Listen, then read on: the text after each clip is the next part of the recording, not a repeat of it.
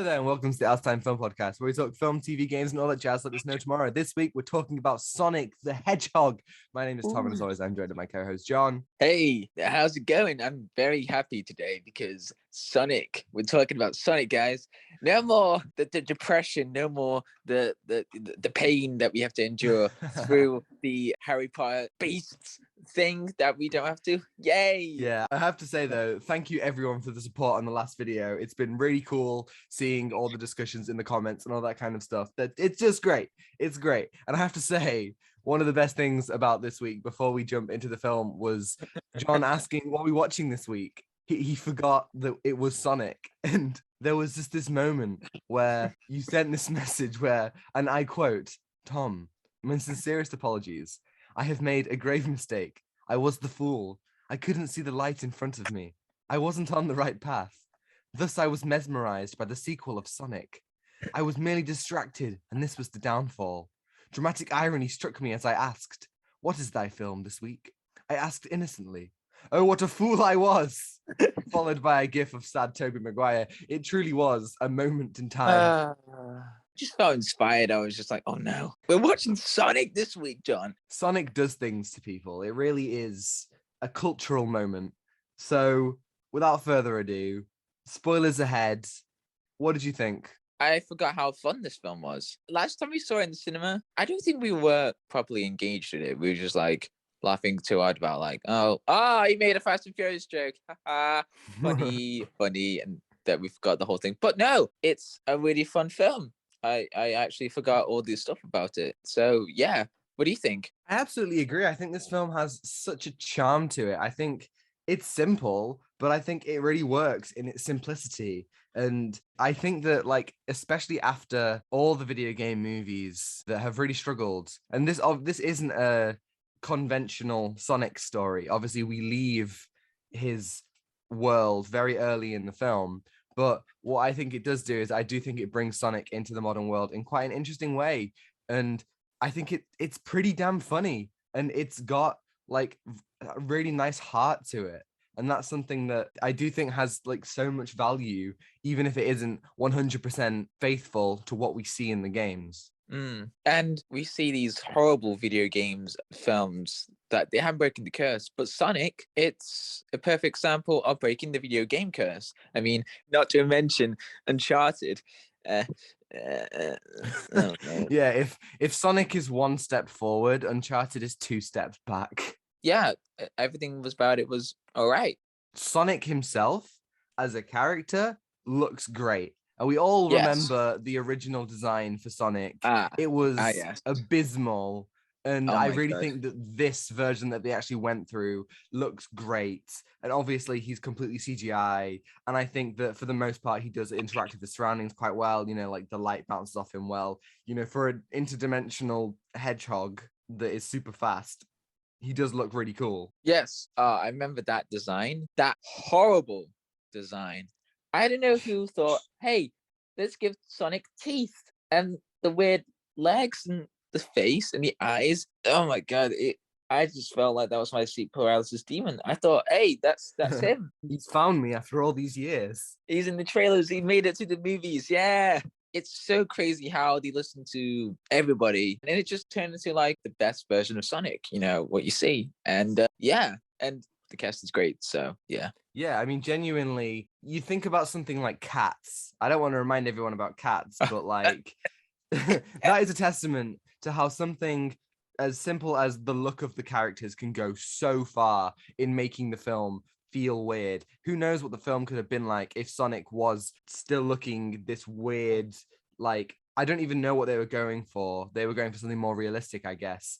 I don't like it. I'm happy that they really toned that down. And I think his look really works because his personality is really like exaggerated and he is always thinking really fast and, you know, like running headfirst into situations. And I think that it does give him that kind of innocent look. I mean, he's supposed to be a kid. I'm not sure if he looks like a kid or anything. Definitely doesn't sound like a kid, but I do like his energy in a lot of the scenes of the film, especially in like the Quicksilver scenes, for lack of a better term, like in the bar when everything kind of like slows down and he just kind of runs about. I think that obviously it's not as good as the Quicksilver scene in X-Men Days of Future Past, but it's a really nice way to translate that scene and, you know, give it a bit of Sonic energy. Like when he runs, you can really feel the electricity and the kineticness. And I think that some of those scenes are really, really cool. Yeah, when I was watching that in the cinema, I was like, they're doing that. I know it was like shown in Days of Future Past, you know, that Quicksilver and Apocalypse, those like really shows the character of Quicksilver himself. Like that's his personality. You know, you can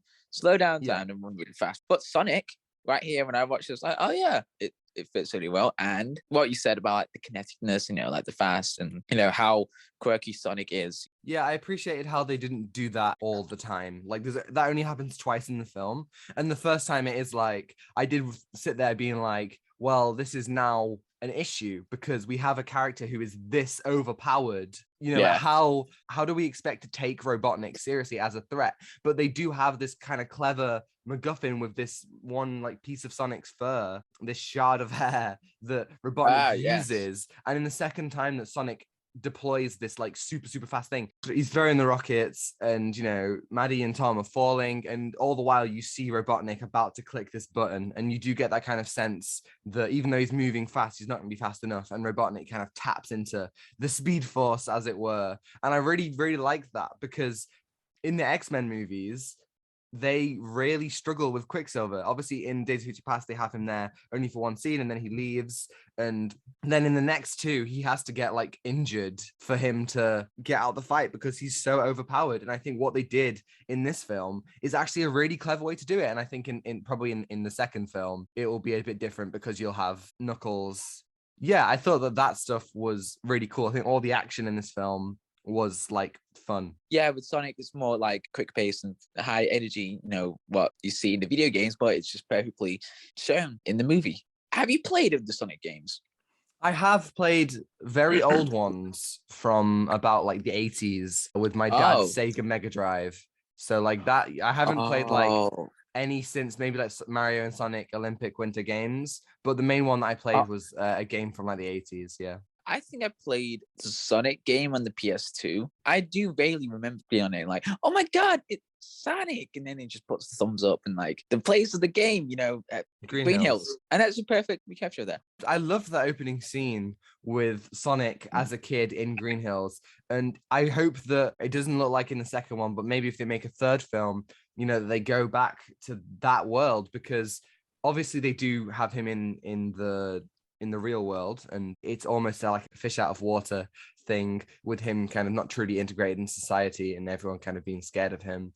But I do think that it would be interesting to explore where he came from, because obviously that's, you know, those are the locations from the games. And I do think that getting to see Sonic run around with all the loop-de-loops and collecting rings, just doing the classic thing, I think that would be really cool. Yeah, and I think that, you know, that world, if they go back to that, and what if Sonic shows Knuckles or Tails that world?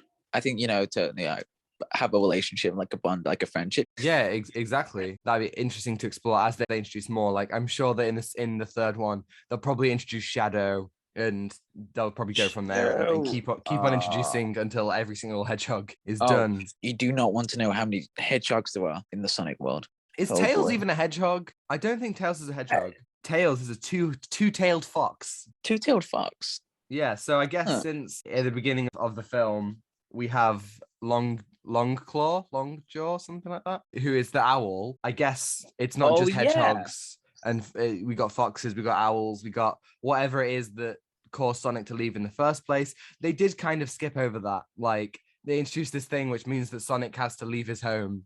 And obviously the weight of that is with him as a character. I do think they kind of just skipped over the fact that he had to leave so quickly. Yeah. Well, I mean, there was a reason for it because of the owls. They weren't owls. They were something else. I don't know what they were. I don't know. They were something. And, you know, they could explore that in the sequel. I don't know, to explore more of his background. And absolutely. If they had Shadow. What if Shadow was behind it? It was me, Sonic. Oh my God. Shadows, what are you doing? I can't do his voice. It's just don't try. Just don't try. I did. what I liked about Sonic was this whole thing where all he really wants is a friend, and you see it in his opening. Like, I love it when he's got the turtle and he's like running with the turtle. Yeah. And there is a really cool scene where he is on the baseball field playing baseball with himself, and you know, he ends up running like just out of frustration, and obviously that ends up causing the blackout. And I think that is a really simple way to, you know, just create a connection, you know, with us, the audience, and Sonic, because, you know, of course, like, I think everyone can understand, like, you know, wanting to like kind of have friends and be part of like that community. I think they did that really well. But I have to say, there is this thing that they do, which I don't like it when any film does this, but a lot of Sonic's dialogue will be so expositional. Like, he will literally explain what he's feeling instead of showing it. And I understand that he's a CGI creature, and it's not exactly easy to make him emote in the way that a human would. But I still think that some of his dialogue about being alone and wanting a friend, that could be a bit more fleshed out and not just so blatant. Yeah, and it was a bit weird, you know, like there was some moments like it was emotional, like no dialogue needed. It was like, I'm sad. I don't know what's life anymore. I don't know. I watched the film last night. I'm just too tired. Like, Sonic was just so sad. Like, he was trying to enjoy life a bit more, but he wasn't himself, and he even watched Speed. And just like, Keanu Reeves. I do have so many questions about that. Like, so how much did he figure out just from watching people's windows? Like, he does the Fortnite dance, he references Amazon. Oh my God, he's obviously talking about Speed. Like, how much is, but then he doesn't know what a telephone box is. Like, what? Like, excuse me? Like, maybe how did he figure all this out and yet not know these big things like a telephone box? Maybe he hasn't watched Speed 2. I don't know. Oh, is there a Speed 2? Yeah, there is. Yeah, watch it. It's terrible. It's so terrible. I won't. It involves boats. Good. And I really like that first introduction, that he's trying to be part of this family and he's quite alone. But then as he meets Tom, he's trying to become friends with Tom. And I really like the first introduction that, you know, like he uses the speed camera thing. Yes. Speed. And then you see Sonic. And their interaction was just nothing too cringy, and it's just hilarious. Like, you know, they're trying to drive over to San Francisco. Yes. I forgot a lot of stuff. That driving to San Francisco, trying to see Tom's wife, Tom's fiance. No, they're trying to get the rings that he dropped. Oh, the rings! Oh my God, yes, the rings. Actually, that's another concept I forgot about. The rings, yes, they're really cool. I really like the rings. It's a different thing that we've seen in the Sonic universe. You know, like he teleports through with these rings, and I think that's cool, because the rings in Sonic are just mainly used for points. You know, like they just like, once you get hit, oh no, what points? And then you don't really care about it. But then in this, it's really cool. They just need a teleporting device, and that's ingenious. Yeah, it's a really good way to incorporate them into the narrative. There is that really fun moment where Sonic just picks up a load of the rings when he's running away from Robotnik, and you get that classic sound of him picking them up. And I thought that was just really fun. I like how they incorporate some of those, like, you know, classic Sonic elements, you know, in that chase throughout the world, where, you know, they're chasing in Paris and in Egypt and China and obviously San Francisco and then eventually Green Hills, and the way that they kind of, again, they're using all these mechanics. I just think that's really cool. Yeah, and it was quite consistent with the narrative, like using the rings, and it wasn't like too quick, but it was like perfectly paced with the whole thing, with the narrative, like trying to find it and seeing that bond between Tom and Sonic along the road trip. I really like that. So yeah, that was, I mean, Sonic is definitely insufferable sometimes, like as a character. He does kind of ride that line between annoying and enthusiastic, and, you know, kind of wide-eyed. There are some like really, really funny bits,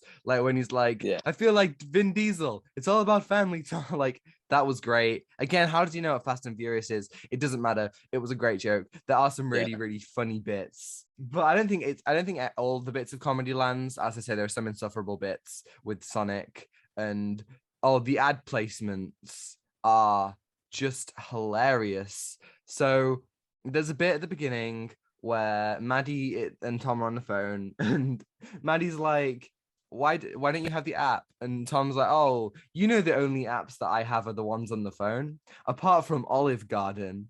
And then Maddie's like, because when you're there, and Tom says, your family, and they just like they just repeat the Olive Garden. I don't even know if this is the Olive Garden like slogan, but it felt Okay. so like corporate. And then at the end, probably the funniest thing is when like this like US like government like general like comes to their house and is like, we want to thank you for your service. Here's a token of appreciation. And they take this like letter and they're like, oh, what is it? Is it money to fix the house? Is it like a letter from the president? And they open it and it's just a voucher for Olive Garden. And they're like, seriously, this is what you get? And then the guy's like, hey, have you tried the never ending pasta bowl? It's the stupidest thing. Oh my god, yeah. It's so bizarre sometimes, watching the film. Like, this is a Sonic film. And then you forgot, and then he's like, oh, Olive Garden? Okay. Let me see what's Olive Garden about. Oh, they never ending pasta. Ooh, okay. Before we continue, I just want to give a big shout out to our sponsor, Olive Garden. Oh my god. Like, it did feel like that. Just like, hey guys, I know we're watching Sonic, but Olive Garden. We love Olive Garden, don't we, guys? And then everyone's in the cinema or just watching Netflix. We don't care. We want Sonic. Gotta go fast. Gotta go fast. Wait, who says that? That's Sonic, right? Yeah, Sonic. He says it when he's like knocked out, and then like he wakes back up and he just goes, go fast, and he runs around the room. I thought that was just a really nice little moment. And he gets the shoes like from the shoes. Yeah, at the end, right? Tom's, yeah, from Tom's niece. She gives him the classic Sonic shoes. It did nice little touches, even though I have to say the character of Maddie and her family, like while the aunt, for example, it was really funny, like when she's tied up, Maddie isn't really a character. Like, Tom is this fugitive, like, and everyone is led to believe that he's kind of like gone against the law, and we don't really get to see how she's feeling about it. She kind of, is put to the sidelines for the sake of, giving Sonic and Tom this kind of whole wacky road trip. And yeah, you can have that, but I feel like they should have developed her a little bit more, because she just kind of does just become the love interest, and that's all she's really good for. Yeah, just thinking about the characters themselves. We did explore some of the stuff of Tom. Oh yeah, well, what we know about Tom is that he wants to move to San Francisco and be a cop there. His arc is that he learns that just to be okay with the small services that he provides to people in Green Hills. And I do think that, Sonic almost teaches him the value of such small things. And I like their friendship and the way that it really blossoms. And it's organic as well, I think, the relationship, because it's difficult, like having a relationship between Sonic and Tom, because Sonic is just a hedgehog. You're trying to set up this friendship between these two characters, and it's really hard to sell that. But it's Sonic. I can't believe I said that. It's Sonic, guys. It's him, the crazy hedgehog guy who runs around. It sells really well. At the end, he's trying to like show Tom every bit about life, like care about the little things as well. So yeah, I really like that. And towards the end, like, go Sonic, you can do this. He does say that, right? Go Sonic, yeah. Maybe. I mean, like, there was a really cool bit where Sonic kind of charges up with energy, finally mastering this kind of power that he's had to overcharge. And like he sends Robotnik into the mushroom dimension, which I thought was like a really nice little, ending thing, something that's been set up from the beginning that, he has to go there, and it's really cool. And he gets to move in with Tom and Maddie in the attic. And I have to say, what is it with putting animated characters in an attic? We got Sonic in an attic. We got Caesar from Rise of the Planet of the Apes in an attic. We're putting Paddington in an attic. We've even got aliens in the attic, Aliens in the attic. It's like, why are we always putting CGI creatures in an attic? Like, please, put them somewhere else. Give them their own room. CGI animals are people too. Oh yeah, I really like Jim Carrey's performance as Dr. Robotnik. I think that's the one thing we haven't talked about that. Coming from the video games, Dr. Robotnik is just an angry guy. He's like, trying to stop Sonic to get the Chaos Emeralds. But in this film, we get a MacGuffin of using Sonic's hair.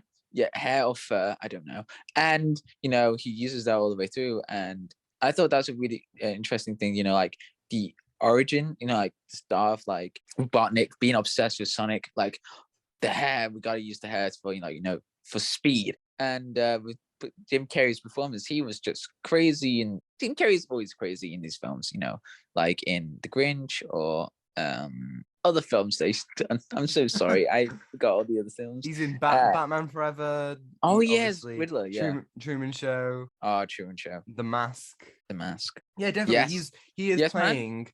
Yes, Man. Yes, Man. Liar, Liar. Yeah, absolutely. Yeah, absolutely. There's so many, and he is definitely playing the Jim Carrey. Like that's it. That's his role. I agree with you. I like how Robotnik's character is created. He's essentially this person who wants to be the best and is super like annoyed at anyone who might best him. Like, you know, Tom, who punches him, and obviously probably Sonic for the next one, you know, banishing him to the mushroom dimension. And I really like that about him. I like the scenes where he's kind of threatening people. And there is this really funny bit where he's like, oh yeah, spitting out formulas while you're spitting out formula. And then Tom goes, actually, I was breastfed. And Robotnik just goes, nice. It's so weird.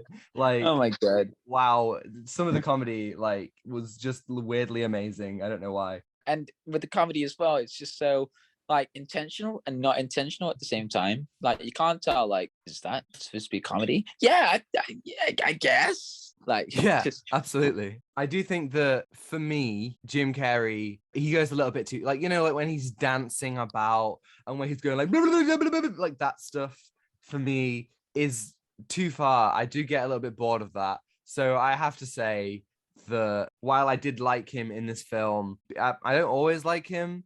And so, yeah, I did. He wasn't one of my favorite parts of the film, really. Yeah, it's why I don't really like him as the Riddler, that kind of thing. I think that what he does, he's very good at, but it's just not my kind of comedy. And what I preferred were the moments where he was kind of breaking role as something more menacing. It's why I prefer films like The Truman Show or Christmas Carol, where he's not doing that whole Jim Carrey thing. He's instead, you know, definitely going for something a bit different. But he's going for a very specific thing, and it definitely works. Yeah, there was one bit I really liked Jim Carrey's performance as Dr. Robotnik when he was listening to this song, Anarchy or something? Yeah, Anarchy. It is Keys of Anarchy. Yeah, to confirm. Yeah, Tom, I think give so. me confirmation here. I have no idea. I don't know. I'm yes, sorry. That song, yes, that song. I don't know, but that song, you know, he's dancing to. It's so weird. You know, from the Sonic game, I can't believe comparing, but Dr. Robotnik, we don't see like crazier side to Dr. Robotnik. He's just angry all the time. Like, he's just like, Sonic! I need the Chaos Emerald, Sonic. I need some emeralds, Sonic. I need some emeralds. Give me that. No, Dr. Robotnik. I can't do his voice. God. Okay, ignore me. I'm okay, so sorry. Stop trying to do the Sonic voice. It's not working. I want to be a voice. I don't want to be a voice actor. Yeah, we even get a nice little because obviously Sonic gives people nicknames like Donut Lord. We get the origin of him calling him Eggman, and I think that is also just really cool, really fun. Yes, and with the Eggman, he's got so many names. And then when I was texting you this week, I was like, why does Dr. Robotnik have so many names? I think we just talked about this. Yeah, like I don't know, but now I think we know. Like he's a character to be, you know, poked out. You know, like with Sonic, he calls him many names like Donut Lord and everything. Yeah, I'm definitely excited because obviously at the end he's like, "I'll be home by Christmas." I do wonder where that dynamic's going to go in the sequel with him coming back from the mushroom dimension. I also liked Robotnik's interaction with Agent Stone. There's a lot of kind of tension, this almost sexual tension between them. Like the way that, you know, like when he's dancing, there's that really good bit where Agent Stone's just dancing behind him. He turns, I was like, oh my God. So what are you doing here? It's like, oh, I'm sorry, I made you coffee. And it's like, thank you. I love the way you make them. Like I'd really enjoyed the way that those two interacted. I thought that was a really nice layer to it. And I would have liked to see more of that and of Robotnik kind of being unhinged and almost scary instead of being goofy. I think that they should have lent into that more, and I hope they do in the sequel. Yeah, and explore more. We didn't get much of a background of Dr. Robotnik. I think, imagine there was like a hilarious backstory for Dr. Robotnik, like in Phineas and Ferb. Doofenshmirtz. The funniest bit from that was like, like, my parents weren't there when I was born. Yeah, that's his background. That's his villain's background. So good. Like, yeah, I would want them to really like either you make Robotnik terrifying or you lean into the Doofenshmirtz of it and you make him just like this tragic character who's really funny. I think that would just be great. Oh my God, that would be hilarious for like the next one. Oh, I'm so excited for the next one. obviously we get Tails in the post-credit scene. Tails arrives, and obviously we see that in the Sonic 2 trailer. So obviously, whatever happens now, we got Tails, we got Knuckles, and yeah, I can't wait for the sequel. What are you gonna give Sonic the Hedgehog out of 10? 7. I'm gonna go 6. I'm really surprised. Like it's super fun. I really hope that the second one is even better. Yeah, I really do, because what I saw from the trailers, it looks so good. Like It does. it looks much of a story is going to be constructed, and more surprising things are going to happen. I mean, there was a really cool bit, like Knuckles, like, does it look like I need your power? Oh And yeah, then Idris Elba as Knuckles is going to be so much fun. I'm really excited for that. yeah, I'm really excited to see what sequel is going to bring as well. So 100%. yeah. So yeah, thank you everyone for listening. If you enjoyed it, please give a like and consider subscribing if you want to see more. We will be doing Sonic the Hedgehog 2 next week, but in the meantime, we've got more content you can look at. We recently did the latest Fantastic Beasts movie, and we actually did the whole franchise, so if you want to check that out, you can. And if you want to get in touch with us, you can leave us an email, ourstimefilmpod@gmail.com. You can ask us you ask us questions or share your thoughts on Sonic the Hedgehog or just about anything, and we will answer it on the pod. Or you can follow us on Twitter and Instagram @ourstimefilmpod. Stay safe, and stay safe. But do I always end like stay safe because I've got nothing to say? Yeah, guys. That's your thing, John. You want people to be safe. It's important. Of course. And be good. Here's a new one. Be good. Be good. There we go. Stay safe and be good. Lovely. Yeah. Be safe and be good. Hey, Lovely. That's a good one. Yeah, that's a good one. Yeah, hope you enjoyed. We finally found something that made us happy and, something to enjoy. Yeah. It's the first time since Turning Red.